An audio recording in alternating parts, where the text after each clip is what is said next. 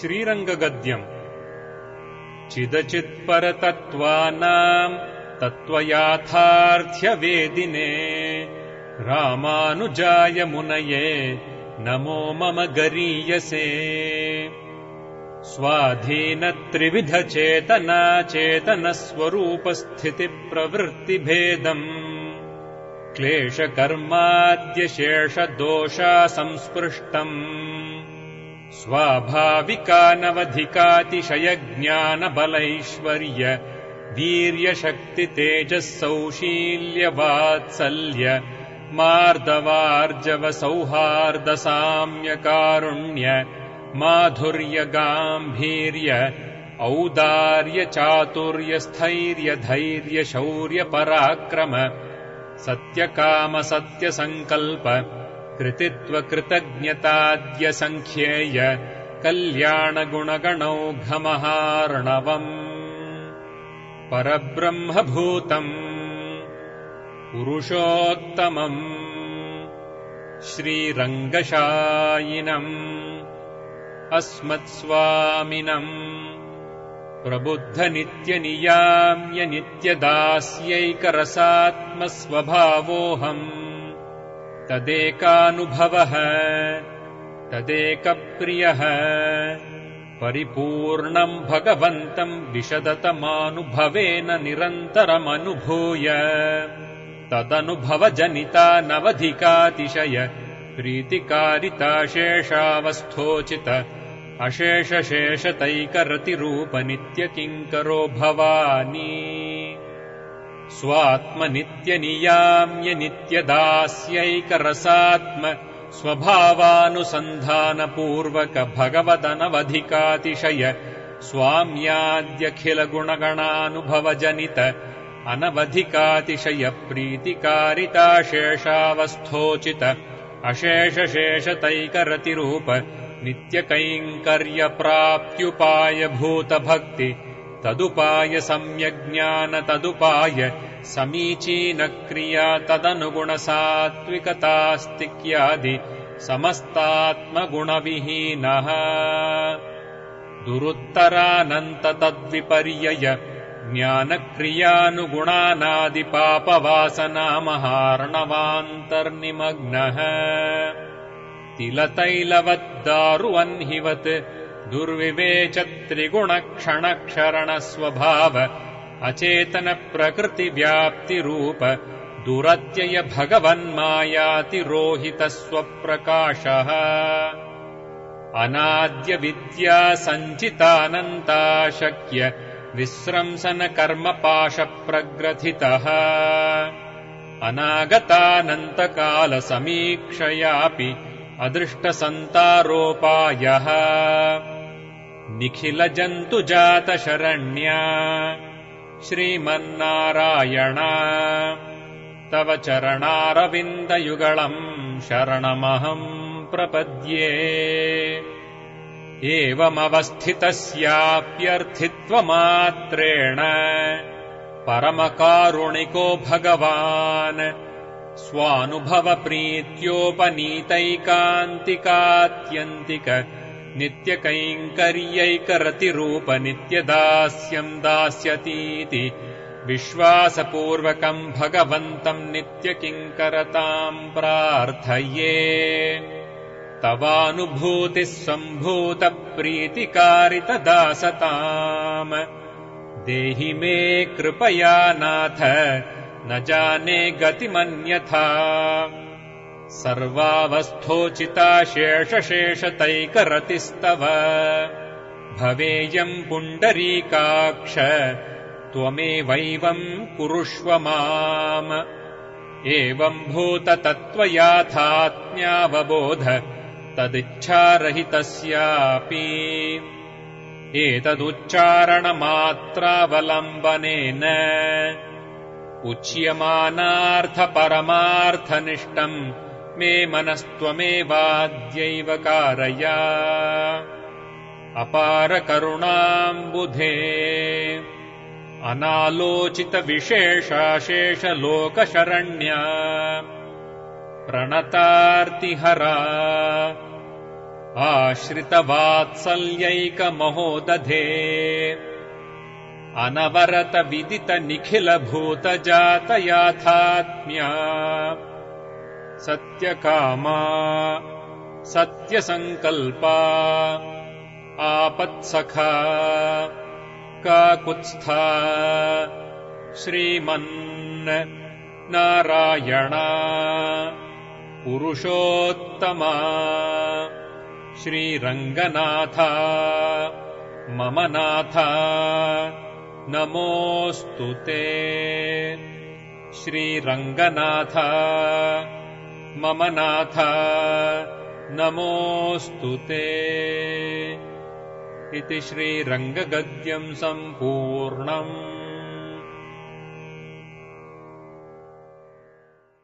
श्रीरङ्गगद्यम् चिदचित्परतत्त्वानाम् तत्त्वयाथार्थ्यवेदिने रामानुजाय मुनये नमो मम गरीयसे।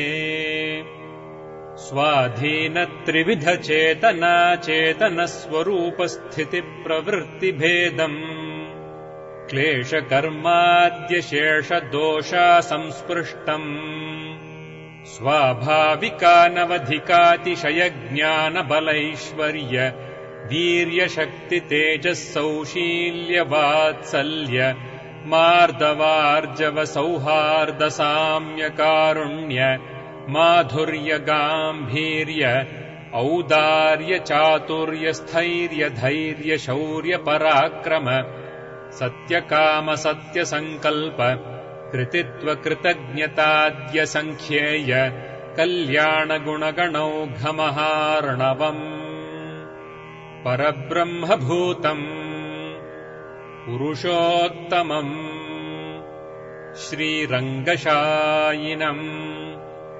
अस्मत्स्वामिनम् प्रबुद्धनित्यनियाम्यनित्यदास्यैकरसात्मस्वभावोऽहम् तदेकानुभवः तदेकप्रियः परिपूर्णम् भगवन्तम् विशदतमानुभवेन निरन्तरमनुभूय तदनुभवजनितानवधिकातिशय प्रीतिकारिताशेषावस्थोचित अशेषशेषतैकरतिरूपनित्यकिङ्करो भवानी स्वात्मनित्यनियाम्यनित्यदास्यैकरसात्म स्वभावानुसन्धानपूर्वक भगवदनवधिकातिशय स्वाम्याद्यखिलगुणगणानुभवजनित अनवधिकातिशय प्रीतिकारिताशेषावस्थोचित अशेषशेषतैकरतिरूप नित्यकैङ्कर्यप्राप्त्युपायभूतभक्ति तदुपाय सम्यग्ज्ञान तदुपाय समीचीनक्रिया तदनुगुणसात्विकतास्तिक्यादि समस्तात्मगुणविहीनः दुरुत्तरानन्ततद्विपर्यय ज्ञानक्रियानुगुणानादिपापवासनामहार्णवान्तर्निमग्नः तिलतैलवद्दारुवह्निवत् दुर्विवेचत्रिगुणक्षणक्षरणस्वभाव अचेतनप्रकृतिव्याप्तिरूप दुरत्यय भगवन्मायातिरोहितस्वप्रकाशः अनाद्यविद्यासञ्चितानन्ताशक्य विस्रंसनकर्मपाशप्रग्रथितः अनागतानन्तकालसमीक्षयापि अदृष्टसन्तारोपायः निखिलजन्तुजातशरण्या श्रीमन्नारायण तव चरणारविन्दयुगळम् शरणमहम् प्रपद्ये। एवमवस्थितस्याप्यर्थित्वमात्रेण परमकारुणिको भगवान् स्वानुभवप्रीत्योपनीतैकान्तिकात्यन्तिक नित्यकैङ्कर्यैकरतिरूप नित्यदास्यम् दास्यतीति विश्वासपूर्वकम् भगवन्तम् नित्यकिङ्करताम् प्रार्थये। तवानुभूतिः सम्भूतप्रीतिकारितदासताम् देहि मे कृपया नाथ न जाने गतिमन्यथा सर्वावस्थोचिता शेषशेषतैकरतिस्तव भवेयम् पुण्डरीकाक्ष त्वमेवैवम् कुरुष्व माम् एवम् भूततत्त्वयाथात्म्यावबोध तदिच्छारहितस्यापि एतदुच्चारणमात्रावलम्बनेन उच्यमानार्थपरमार्थनिष्टम् मे मनस्त्वमेवाद्यैव कारय अपारकरुणाम्बुधे अनालोचितविशेषाशेषलोकशरण्या प्रणतार्तिहरा आश्रितवात्सल्यैकमहोदधे अनवरतविदितनिखिलभूतजातयाथात्म्या सत्यकामा सत्यसङ्कल्पा आपत्सखा काकुत्स्था श्रीमन् नारायणा पुरुषोत्तमा श्रीरङ्गनाथा मम नाथा नमोऽस्तु ते श्रीरङ्गनाथा मम नाथा नमोऽस्तु ते इति श्रीरङ्गगद्यम् सम्पूर्णम्।